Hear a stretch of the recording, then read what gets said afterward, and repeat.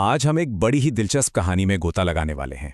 एक ऐसी कहानी जो हमें दूर तक सोचने और हमारे पास जो मौके हैं उन्हें सही तरह से इस्तेमाल करने के बारे में एक गहरा सबक सिखाएगी। जरा सोचिए, अगर किसी को अपनी सिर्फ एक इच्छा पूरी करने का मौका मिले तो क्या मांगा जाना चाहिए? यही सवाल इस कहानी के दिल में है और यह हमें याद दिलाता है कि हर मौके के साथ ना एक बहुत बड़ी जिम्मेदारी भी आती है। तो हमारी कहानी शुरू होती है एक जंगल से, जो ऊपर से देखने में तो बड़ा शांत लगता है, लेकिन अंदर ही अंदर कुछ किरदारों के बीच एक छोटा सा झगड़ा चल रहा था, जो आगे चलकर एक बहुत बड़े सबक की वजह बनने वाला था। चलिए पहले इन किरदारों से मिल लेते हैं। एक तरफ है मोंटू बंदर और उसका दोस्त हिरन। दोनों अपनी शरारतों के लिए मशहूर हैं। अक्सर बेचारे खरगोश की गाजरें छीनकर भाग जाते हैं। और दूसरी तरफ है एक बहुत ही समझदार और दयालु सारस, जो बस चुपचाप सब कुछ देखता रहता है। तो यहीं पर हमें दो अलग अलग तरह की सोच के बीच का टकराव दिखता है। एक तरफ वो हैं जो बस आज के मजे के बारे में सोचते हैं, जिन्हें जो चाहिए वो अभी चाहिए, और दूसरी तरफ वो हैं जो सब्र के साथ आगे की मतलब बड़ी तस्वीर पर नजर रखते हैं। और यही टकराव पूरी कहानी को आगे लेके जाएगा। और फिर कहानी में आता है एक जादुई मोड़। जंगल के जानवरों को कुछ ऐसा मिलता है जो उनकी दुनिया को हमेशा हमेशा के लिए बदलने वाला था। अपनी शरारतों के बीच ही मोंटू और हिरण एक तालाब के पास पहुंचते हैं। जैसे ही वो उसका पानी पीते हैं, उन्हें एहसास होता है कि अरे, इसमें तो कुछ खास बात है। और बस उसी पल, बिना एक सेकंड भी सोचे, मोंटू के मन में एक इच्छा जाग उठती है। और जैसे ही मोंटू ये सोचता है, कमाल हो जाता है। तालाब उसे सचमुच अपनी दुनिया में खींच लेता है। वो एक ऐसे जंगल में पहुंच जाता है जहां चारों तरफ बस खाना ही खाना है। लेकिन ये जादू सिर्फ कुछ ही पलों का था और वो वापस असल दुनिया में आ जाता है।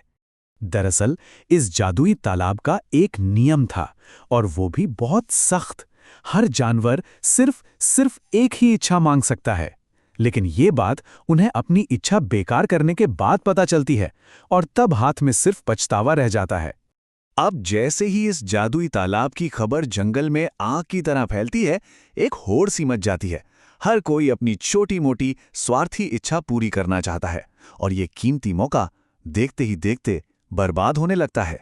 हिरण भी मोंटू की तरह बिना सोचे समझे अपनी इच्छा मांग लेता है, और जैसे ही बाज ये खबर पूरे जंगल में फैलाता है, बस फिर क्या था, अपनी अपनी इच्छाएं पूरी करने के लिए जानवरों की भीड़ तालाब की तरफ दौड़ पड़ती है। यहां हम देख सकते हैं कि कैसे ये इतना सुनहरा मौका बर्बाद हो गया। खोज से लेकर पहली स्वार्थी इच्छाओं तक, और फिर खबर फैलते ही हर जानवर ने बिना सोचे समझे अपनी एक की एक इच्छा जाहिर कर दी। किसी ने भी लंबे समय के बारे में नहीं सोचा। लेकिन इस पूरी भागदौड़ में सिर्फ एक था जो शांत था, और वो था सारस। वो समझता था कि इस मौके का सही समय पर इस्तेमाल करना कितना ज्यादा जरूरी है, इसलिए उसने अपनी इच्छा को एक बड़े मकसद के लिए बचाकर रखा। और ठीक तभी, जब लगता है कि सारी इच्छाएं तो अब खत्म हो चुकी हैं, कहानी में एक बहुत ही खतरनाक मोड़ आता है। जंगल पर एक ऐसा संकट मंडराने लगता है जिसके बारे में किसी ने सोचा तक नहीं था। अचानक से जंगल में एक अजीब सा धुआं फैलने लगता है। ये किसी आने वाले बहुत बड़े खतरे का पहला संकेत था। और ये कोई मामूली धुआं नहीं था। जो भी जानवर इसकी चपेट में आता, वो बेहोश होकर जमीन पर गिर जाता। देखते ही देखते पूरे जंगल में एक दहशत का माहौल बन गया। और फिर धुएं के पीछे से खतरे का असली चेहरा सामने आता है, एक शिकारी। अब जंगल के सारे जानवर पूरी तरह से बेबस थे। उन्होंने अपना इकलौता जादुई मौका छोटी छोटी बेकार की चीजों पर गंवा दिया था। अब पूरे जंगल का भविष्य सिर्फ एक किरदार के हाथों में था, वो जिसके पास अभी भी कुछ करने की शक्ति बची हुई थी। जब सब उम्मीद खो चुके थे, तब सारस को उस जादुई तालाब की याद आई। उसका धैर्य, उसका इंतजार अब पूरे जंगल की आखिरी उम्मीद बन चुका था। और यहीं पर सारस की समझदारी काम आती है। उसने ये नहीं मांगा कि शिकारी गायब हो जाए, नहीं, बल्कि उसने समस्या की जड़ पर हमला किया। उसने उस धुएं को खत्म करने का उपाय मांगा जिसने सबको बेबस कर दिया था। और सारस की ये रणनीति एकदम सटीक बैठती है। तालाब से उसे एक चमकता हुआ लाल गोला मिलता है। जंगल में वापस आकर जैसे ही वो उसे जमीन पर रखता है, उसकी रोशनी से सारा धुआं गायब हो जाता है। सभी जानवर होश में आ जाते हैं और शिकारी उन्हें देख के डर के मारे भाग जाता है। और इस तरह ये कहानी हमें धैर्य और समझदारी का एक बहुत ही शक्तिशाली सबक सिखाती है। एक ऐसा सबक जो आज की दुनिया में भी उतना ही जरूरी है। यहाँ हम दोनों तरह की सोच का नतीजा साफ साफ देख सकते हैं।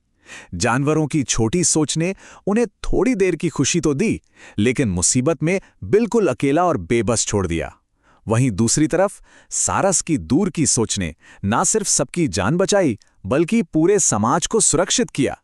और कहानी के अंत में बाकी जानवरों को भी अपनी गलती का बहुत गहरा एहसास होता है। वो समझ जाते हैं कि उनकी जल्दबाजी और छोटी सोच ने उन्हें तबाही के कितने करीब पहुंचा दिया था। तो ये कहानी हमें एक बहुत ही जरूरी सवाल के साथ छोड़ जाती है। हमारी अपनी जिंदगी में वो कौन सा जादुई तालाब है जिसे हम बिना सोचे समझे रोज खत्म कर रहे हैं? और वो कौन सी ऐसी बड़ी जरूरत है जिसके लिए हमें अपने सबसे कीमती मौके को बचाकर रखना चाहिए? ये वाकई सोचने वाली बात है।